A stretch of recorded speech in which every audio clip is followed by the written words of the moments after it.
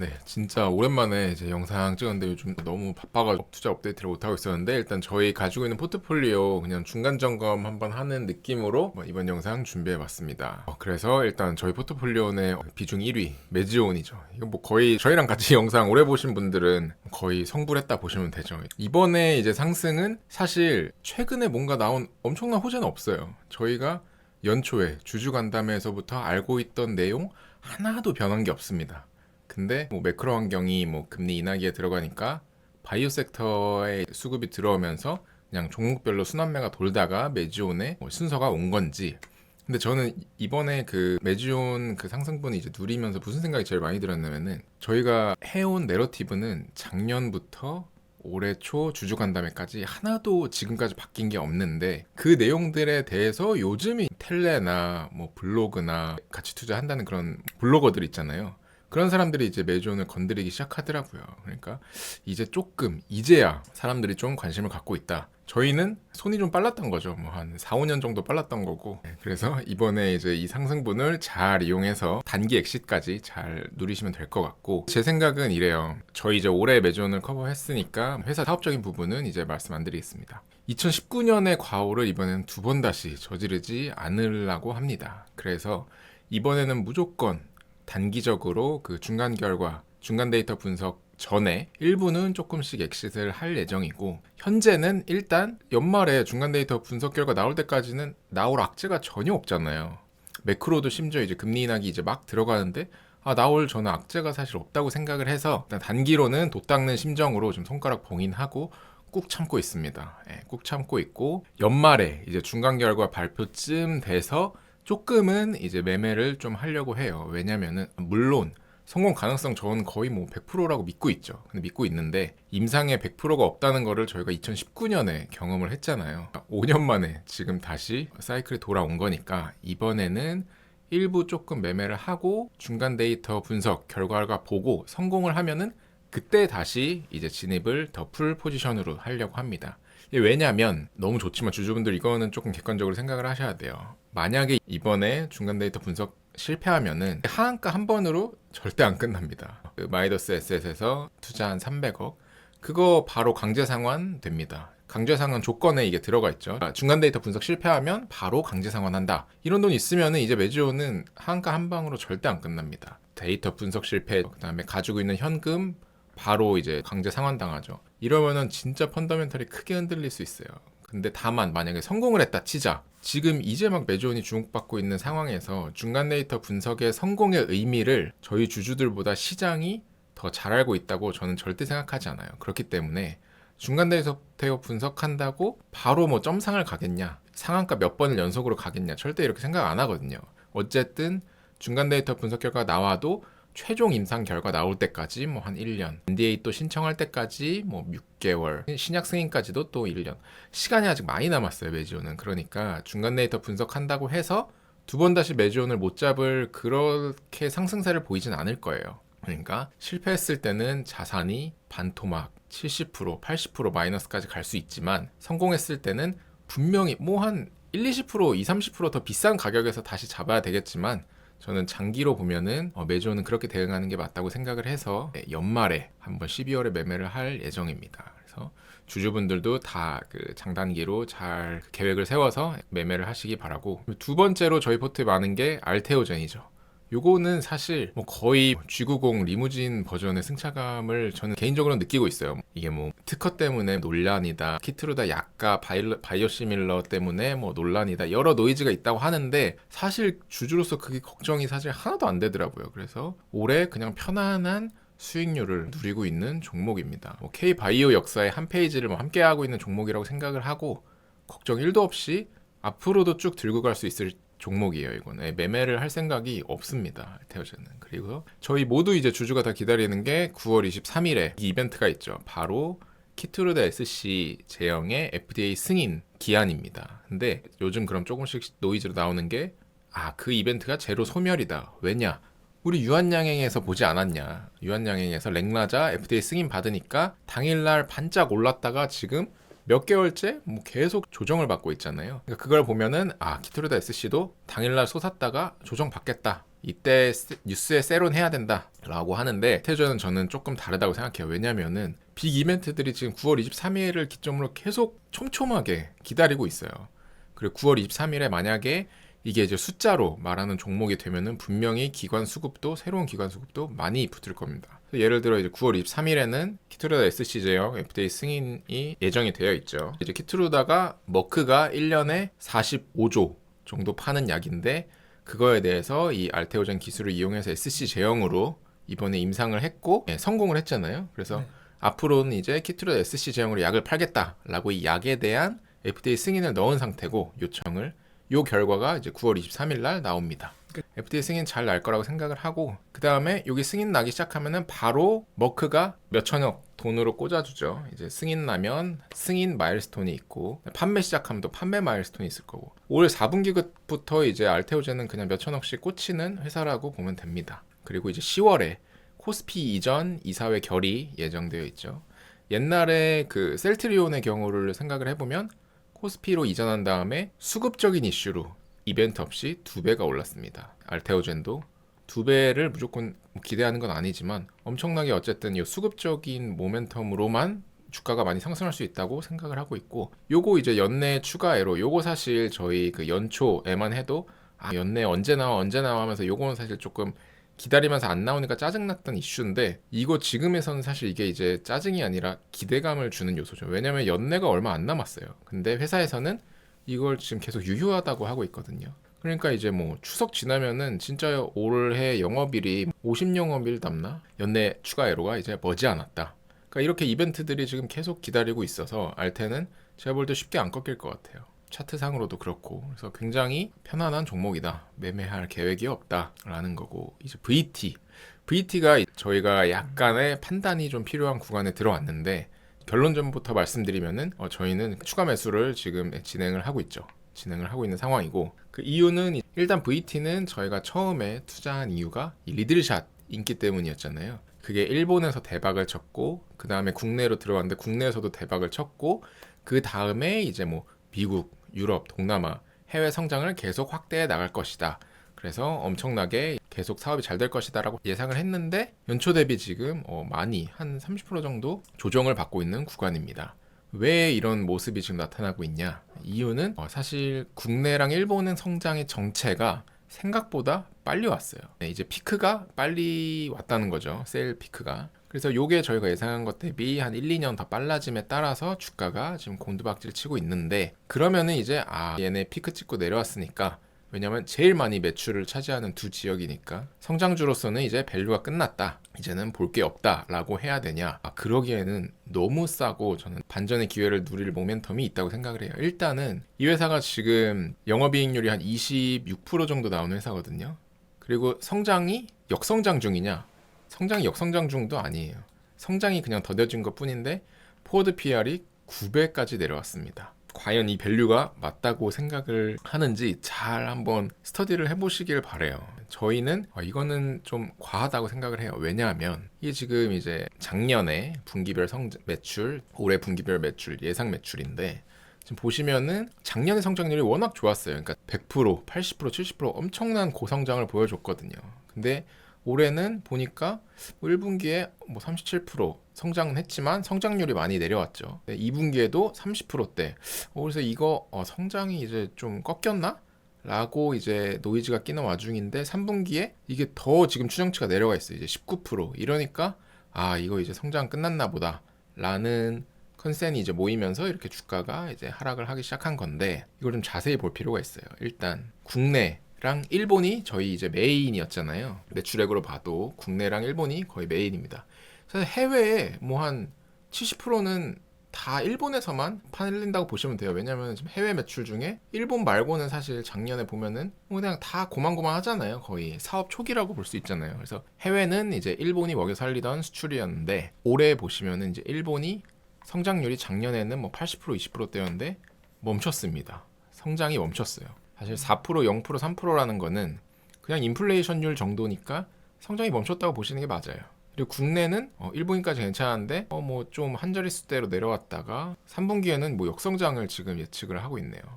그리고 4분기에는 뭐 다 이때는 이제 뭐 크리스마스다, 세일 시즌이다 뭐다 해서 또 뭐 한 20%는 성장할 걸로 보고 있는데, 과연 그러면은 국내랑 일본이 안 좋은 건 알겠는데 미래 성장 동력인 중국이랑 미국은 지금 퍼센트로 보면은 어마어마하죠. 이게 지금 작년에 처음 이제 이 시장에 진출을 했는데 이 숫자들을 보면은 뭔가 잘 정착을 하고 있는 것 같이 보이지 않나요? 다 뭐 2배 이상씩 성장을 하고 있고. 그러니까 화장품주들이 작년에 핫했던 걸 보면은 다 날아간 종목들의 공통점은 미국 시장에서 이제 엄청난 성장을 보여줬기 때문이잖아요.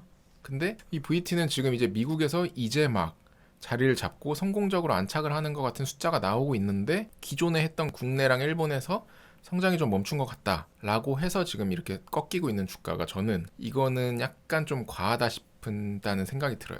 뭐 연도별로 봐도 지금 보시면은 이제 실적이 꺾이냐? 아니에요. 매년 성장은 지금 유지가 되는 걸로 나와 있고 예견이 되고 있어요. 작년에 성장률이 100%에 육박했지만 뭐 좀 꺾이긴 했죠, 올해. 하지만 계속 성장을 하는 회사고, 여타 섹터로 한번 눈을 돌려서 보면은 매년 성장이 지금 20%대로 성장 중인데도 PER이 9배다. 이게 좀 과한 것 같아요. 제 생각에는 과한 것 같고, 사실 이게 꿈을 먹고 클라면은 제일 내러티브 형성에 큰 영향을 미치는 꿈은 제가 볼 땐 중국이랑 미국이거든요. 근데 지금 중국이랑 미국의 성장률이 이렇게 보여주고 있어요. 이거를 봤을 때 과연 일본이 피크를 찍었다 그래서 이 주식을 지금 PER 9배 수준인 요 가격에 정리를 해야 되냐, 아니면 미국과 중국을 보고 이제 꿈을 이제 먹을 기대를 하고 이걸 계속 홀딩을 하거나 추매를 해야 되냐, 저희는 후자라고 생각을 했습니다. 화장품 지역별 매출 추이 똑같죠. 저희가 이제 중요하게 생각해야 되는 부분은 이 미국이랑 중국 여기가 지금 성장을 하고 있다는 부분이에요. 다시 한번 말씀드리면 영업이익률이 20% 후반대 지금 보여주고 있는 회사가 북미 쪽에서 지금 이제 성장을 막 보여주고 있는데, 기존에 매출이 많이 나왔다고 하는 그 국내랑 일본에서 매출이 주춤하다는 이유 때문에 PR 9배까지 밸류를 받고 여기서 손절을 해야 되냐. 화장품 섹터 평균 퍼가 15배고 화장품 섹터에서 지금 OEM 기업들은 영업이익률이 10%대죠. 그 다음에 지금 VT가 사실 탑티어 화장품 그 브랜드여서 그렇지, 그 밑에 화장품 브랜드들은 영업이익률이 20%대 절대 안 나와요. 지금 다 10% 후반대, 잘 나와야 20% 초반대입니다. 달바 엄청 핫하잖아요. 영업이익률 20%대예요. 그 다음에 뭐 PR은 사실 뭐 넘사벽이니까 APR은 뭐 제끼고, 뭐 어쨌든 그래서 영업이익률도 탑티어급으로 나오고, 네, 그 다음에 뭐 네로티브도 중국, 미국에 대한 성장을 안착을 하고 있는데 현재 밸류는 섹터의 평균에도 못 미치는 밸류다. 이거를 뭐 사야 되냐 팔아야 되냐는 각자 한번 잘 고민을 해보시면은 답이 나올 것 같습니다. 그래서 뭐 지금 봐보세요. 뭐 중국 올해 초죠. 중국 이제 판매화가 취득해서 중국 시장도 이제 진출한다. 그 다음에 지금 뭐 미국에서 코스트코에도 입점을 했고, 얼타뷰티 입점했고, 영국에서는 이런 부츠라는 그 플랫폼에도 입점을 했습니다. 심지어 코스트코는 온라인에 상반기 때 입점을 했다가 반응이 좋아서 하반기에 이제 오프라인에 입점을 한다고 하죠. 오프라인에 입점을 하는 순간 저는 그 미국 숫자도 한 번 더 퀀텀 점프가 될 거라고 생각을 해요. 일단 판매망과 그 물량의 수준이 오프라인은 차원이 다르니까. 그래서 VT는 네, 좀 그렇게 이번 조정을 기회로 저희는 삼고 있다 라고는 거고, HK 이노엔 비교적 이제 최근에 산 종목인데 나쁘지 않죠. 이것도 그냥 편안해요. 예, 큰 변동성 없이 조금 지루하게 움직이는 감이 있지만 안정적으로 지금 우상향을 계속 하고 있습니다. 그래서 요거에 대해서 단기 모멘텀은 최근에 K캡 올해 임상 3상은 이미 다 성공을 했고, 지금 10월 말에 소화계학회에서 세부 데이터 발표 예정이라고 했죠. 그래서 요 세부 데이터 발표하면 이제 또 이게 얼마나 좋은 약인지 조금 더 알 수 있을 거고, 이때 한번 모멘텀이 붙을 것 같고, 저희가 미국 쪽에 에로 그 라이센스 아웃한 업체가 지금 준비를 막 하고 있죠. FDA에 판매 허가 신청 내려고. 그래서 요게 한 4분기에 NDA 제출 예정이라고 하는데, 뭐 보수적으로 봤을 때 한 12월 예상하고 있다. NDA 신청하면 요것도 한 번 더 시장에서 주목을 받을 거고, 이게 미국 대륙에서는 이미 라이센스 아웃해서 지금 이제 NDA 신청 예정인 건데, 유럽 대륙은 에로를 아직 안 했다고 했잖아요. 근데 회사에서 유럽 대륙도 복수의 파마들과 지금 에로 협상 중이라고 하고, 요거 연내에 이루어질 것 같다라고 지금 얘기가 나오고 있죠. 얼마에 하냐? 지금 후발주자 경쟁력 만드는 회사가 이상 완료한 후에 3,400억에 에로를 했는데 SK 이노엔도 과거에 이상까지만 완료하고 지금 있는 그 세벨라파마 북미 대륙에 에로를 6,000억에 했습니다. 그러면은 이상 완료했을 때랑 3상 완료했을 때는 차원이 다르잖아요. 3상 완료도 이제 성공을 했는데 과연 이번에는 에로를 얼마에 할 거냐? 최소 이 두 개보다는 높게 하지 않겠냐라는 게 이제 시장의 기대감이고, 요것도 연내한다 그러니까 얼마 남지 않았죠. 그 다음에 저희가 이제 자세한 종목별 어쨌든 분석 영상은 저희 과거에 다 있으니까 그거를 참고해 보시면 될 텐데, SK 이노엔 저희가 좋게 본 이유 중에 하나가 또 하방이 튼튼하다. 영업이익을 매년 1,000억씩 정도는 버는 회사인데 이제 뭐 시총이 1.3조니까 미국 진출에 대한 밸류는 거의 뭐 미반영돼 있다고 봐도 무방하다. 그래서 요것도 아직도 뭐 그냥 쭉 들고 가면은 될 것 같고, 하반기에 편안하게. PR 이게 이제 저희가 작년에 편입을 한 종목인데 3배, 4배의 수익률을 사실 보여준 최초의 종목이 되었죠. 그래서 APR은 약간의 저희는 이제 운이 따랐어요. 왜냐면 이제 작년에 신규 상장 후에 그 투자를 할 때는 이 부스터 프로, 이 피부 미용 기기에 대한 성장성을 보고 일단 투자를 했는데 약 1년간의 사이에 이 화장품 섹터에 대한 메디큐브 화장품이 엄청난 성장을 지금 보여줬죠. 그래서 그런 바람에 이제 부스터 피부 미용 기계의 성장률이 조금 주춤하는 거를 화장품이 뭐 몇 배씩 성장을 보여주면서 요거를 커버해줬다. 그래서 이거 뭐 거의 화장품 섹터 탑픽으로 지금 자리를 잡고 있고, 이건 뭐 사실 엄청난 게 지금 YOY로 성장하는 화장품주들은 꽤 있어요. 그러니까 퀄리티 기업들이죠. 그것도. 근데 얘는 QOQ로도 지금 안 꺾이고 계속 성장 중입니다. 정말 엄청난 성장을 보여주고 있다고 보시면 되고, 최근에 사실 이제 밸류가 그래서 어느 정도 비싸지긴 했어요. PER로 지금 32배까지 왔는데, 그래서 비싸진 밸류에이션은 이제 조금 신경이 쓰이긴 하는데 APR은 확실히 프리미엄을 받아야 될 이유가 명확하다. 그래서 어느 정도 비싼 밸류는 사실 납득이 될 거라고 저희는 생각을 하고, 그래서 밸류를 무시하고 이 성장의 속도가 꺾일 때까지는 계속 들고 갈까 생각 중입니다. 성장의 속도가 꺾인다는 거는 QOQ 분기 실적 잘 체크를 해야 되겠죠. APR은 좋습니다. 그래서 숫자를 보면은 엄청나요. 지금 영업이익률도 빠른 속도로 지금 계속 개선이 되고 있고, 영업이익도 뭐 거의 뭐 3배에 가까운 성장을 지금 보여줄 걸로 예상이 되고 있죠. 일단 무엇보다 QOQ로 지금 꺾이지를 않고 있어요. QOQ로 그냥 뭐 플랫한 분기가 있을지언정 계속 성장 중입니다. 계속 성장 중이고, 이 APR 관련해서 지금 얘네가 이제 뭐 LG생건보다 시총이 비싸졌다, 아모레 퍼시픽보다 성장이 비싸졌다. 그래서 전통적인 화장품 대기업들을 다 제끼면서 이제 이게 엄청 오래 핫했는데, 제가 되게 좋아하는 이제 화장품 애널리스트 분이 분석하는 내용에 따르면은 이제 사석에서 좀 얘기를 나눠보면 APR은 일단 DNA 자체가 다르대요. 그러니까 요즘에 이렇게 빠르게 바뀌는 요런 시대를 주도권을 잡고 얘네가 이제 성장을 할 수밖에 없는 게, 일단 그 SNS를 좀 하신 분들은 이제 아실 거예요. 알고리즘이 요즘은 되게 잘 이제 적용이 되잖아요. 유튜브에서 특정 뭐 이렇게 이슈를 검색하거나 아니면은 인스타그램에서 특정 이슈를 검색하면 계속 이제 관련된 내용들이 계속 뜨잖아요. 근데 요거를 디지털 웨빙이라고 하거든요. 디지털에서 거미줄 치듯이 쫙 계속 이렇게 연관을 해서 그 사람을 이제 공략을 하는 거죠. 알고리즘으로. 근데 그거를 제일 잘하는 게 전 세계에서 화장품 쪽에서 요걸 PR이라고 하더라고요. 일례로 입사하는 이제 경우를 보여줬는데, 예를 들어 뭐 대학 공부 열심히 해가지고 웬간한 대학 나와서 학점 열심히 공부하고 취업할 때 돼가지고 취준해서 화장품 회사에 들어갔다. 뭐 어떤 회사 들어갈 것 같아요? LG생건이나 아모레 같이 대기업 그냥 들어가는 거죠. 무난하게. 근데 APR에 들어온 애들은 어떤 애들이냐? 뭐 고등학교 때 뭐 놀다가 때를 놓쳐서 대학을 뭐 중간한데 갔다가 또 이제 뭐 경험한다 해가지고 해외 가서 뭐 하고 자기 뭐 SNS로 뭘 사업도 해보고 뭐 하고 하는 애들이 이제 나중에 취업을 할 때 되면은 아모레나 LG생건은 못 가잖아요. 그러니까 APR을 가는 거죠. 그러니까 APR에 들어와서 걔네들이 인스타그램이나 유튜브 같은 걸로 마케팅하고 판매하는 게 얼마나 쉽겠어요. 그러니까 얘네들은 SNS 상에서의 그 디지털 웨빙을 그냥 숨쉬듯이 자연스럽게 하는 그런 DNA를 가진 사람들이 굉장히 이제 많이 채용이 되고 있고, 또 이렇게 주로 분위기를 이끌고 있고, 아모레나 이제 LG생건에 있는 사람들은 배우는 거예요. 디지털 웨빙을. SNS에 어떻게 올려야지 뭐 이게 마케팅이 되겠구나 이러면서 이제 공부를 해가지고 올리는 사람들인데 둘을 비교하면 사실 누가 효과가 좋겠어요. 그러니까 그런 걸 생각을 해봤을 때 APR은 진짜 그 디지털 웨빙 쪽에서 압도적인 역량을 보여주고 있고 그게 계속 숫자로 매출로 지금 보여주고 있는 상황입니다. 그러니까 뭐 아모레나 LG생명이 요즘 시대의 트렌드로는 도저히 따라갈 수가 없는 회사가 되어 버린 거죠. 이제 그래서 APR도 이제 좋게 계속 보고 있고 이제 저희가 1편에 대해서 마지막으로 봐야 될 게 이제 TNL이죠. 이게 조금 이제 고민이 돼요. 이게 지금 어떻게 해야 될지 저희가 좀 고민이 되는데 일단은 저희가 지금 이거는 6만 원대에 산 것 같은데 많이 이제 손실 구간에 들어왔죠. 한 10%가 넘는 손실 구간에 들어왔는데 그럼 요거 이제 손절을 해야 되냐? 일단 그 전에 우선적으로 이 회사는 그 글로벌 1위 여드름 패치제를 만들어주는 제조해주는 그 ODM 기업입니다.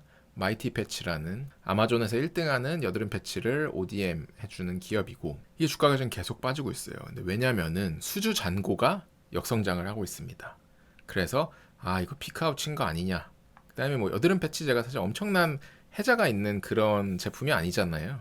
경쟁이 너무 치열하기 때문에 맨날 이제 경쟁이 치열해서 이게 언제 이제 순위가 떨어질지 모른다는 그런 두려움이 있던 종목인데 수주 잔고까지 이제 떨어지고 있으니까 얘네 끝났구나 라는 내러티브가 형성이 되면서 이렇게 주가가 떨어지고 있는 건데 그럼 손절할 밸류냐? 저 절대 아니라고 생각합니다. 차라리 존버를 하고 말지 전 손절은 이건 못할 것 같아요. 왜냐면은 지금 포워드 PR이 8배거든요. 8배 수준인데 지금 영업이익률이 얘네가 30%가 넘는 영업이익률을 뽑고 있어요. 그렇기 때문에 단순하게 수주잔고가 내려오니까 끝났다라고 보는 것보다는 이 숫자가 훨씬 더 많이 훼손되기 전까지는 저는 버티다가 차라리 수주잔고가 반등하는 거를 기대해 보는 확률이 훨씬 더 높다고 생각을 하거든요. 그러니까 왜냐면은 심지어 숫자도 지금 이렇게 보여주고 있는데 얘네가 현금이 거의 850억에 가깝게 들고 있어요. 회사가 또. 근데 시총은 4,300억밖에 안 한단 말이죠. 근데 얘네가 그러면 돈을 지금 못 벌고 있는 회사냐? 지금 여전히 돈은 잘 벌고 있습니다. 1년에 지금 계속 성장 중이긴 해요. 200억, 300억, 570억, 600억. 그러니까 매년 600억씩 버는 회사인데 지금 수주잔고의 그런 노이즈가 좀 길어지고 있는데 요거를 이제 보는 관점은 뭐 다양하더라고요. 트럼프 관세 전쟁 때문에 미리 수주를 다 땡겨놔가지고 지금 수주잔고가 지금 역성장 중인 거다. 이 관세 이슈가 좀 잠잠해지면 다시 수주잔고가 올라올 거다. 뭐 이런 얘기도 있고 아니면은 이제 여드름 패치제 하향세다. 그래서 요건 이제 수주잔고가 드라마틱하게 올라올 일이 없다라는 건데 뭐 보시면은 근데 이 회사를 도저히 지금 팔 수가 없는 숫자들인 게 부채 비율이 100%가 넘어가는 기업도 많잖아요. 부채 비율 거의 여기는 무차입 경영 수준이에요. 이 정도는 거의 없는 수준이고 유보율이 지금 2,3,000%잖아요. 이거 솔직히 대표이사가 맘만 먹으면 언제든 무상증자 할 수 있고 배당할 수 있는 정도의 유보율이에요. 그래서 그런 것도 있고. 근데 이게 숫자만 보면 뭐 연간에는 안 보이지만 최근 실적 2분기만 보면 전년 동기 대비 역성장 폭이 컸고 그쵸, 한 30%가 영업이익률도 그 물량이 작아지다 보니까 12%가 날라갔어요. 맞습니다. 그러니까 얘네들이 영업이익률에 아까 말씀하셨지만 이 제품 자체가 저는 뭐 크게 경쟁력은 없다고 봐요. 그냥 맞아요. 뭐 우연찮게 이 회사가 공급하던 회사가 잘 나가게 된 거지. 그쵸. 거기에 얘네 공헌도는 전 뭐 거의 없다고 보거든요. 그쵸. 그러니까 그런 상황에서 수주잔고가 이제 매출액의 선행 지표니까 매출액 꺾이는 게 지속이 되면 영업이익률도 내려오겠죠. 박살이 날 수 있겠다. 그렇게 되면 뭐 이게 PER이 25년 포워드 기준으로 뭐 이거 영업이익률이 실제로 줄어들면 그때 되면 이게 싼 게 아닐 수도 있다. 그쵸. 만약에 내년 실적이 박살 나면은 뭐 26년 포워드 PER은 또 뭐 열몇 배가 될 수도 있죠. 네. 당연히. 근데 그러니까 맞아요. 충분히 그런 확률도 있어가지고 지금 이제 주가가 흐르는 건데. 근데 이제 그러면 어차피 주식은 뭐 확실한 게 없으니까 베팅을 해보는 거죠. 얘네가 실적이 이제 꺾였나? 마이티 패치 이제 제품이 꺾였나. 근데 저희가 C&D라는 회사가 이제 판매를 해주고 있는 거고 그 회사한테 저희는 이제 수주를 받아서 이거 공급을 하는 거잖아요. 만들어서. 이 회사의 실적 발표 때 가이던스 이제 콜을 보면은 얘네는 걱정을 안 하더라고요. 아직 잘 팔고 있고 우리네들의 향후 성장성에도 가장 중요한 브랜드 중에 하나가 이 마이티 브랜드다. 그래서 우리는 요거에 대해서는 아직도 좋은 가이던스를 가지고 있다. 계속해서 1위를 할 거다. 이렇게 이제 얘기를 하는데 저희 다 알다시피 미국 기업들은 대표이사가 거짓말하면 구속되고 잡혀가잖아요. 그러니까 가이던스 콜이 생각보다 많은 소송의 이슈도 있고 하니까 비교적 우리나라보다는 보수적으로 좀 정확성이 있게 얘기를 한다는 거죠. 근데 그 자리에서 마이티 브랜드에 대한 걱정이 없다. 계속 잘 나갈 거다. 라고 생각하는데 그 마이티 브랜드를 만들어주는 TNL의 주가는 계속 이렇게 떨어지네. 그러면 이제 판단을 하는 거죠. 이건 뭔가 이제 둘 중에 한 명은 구라를 치고 있는 건데.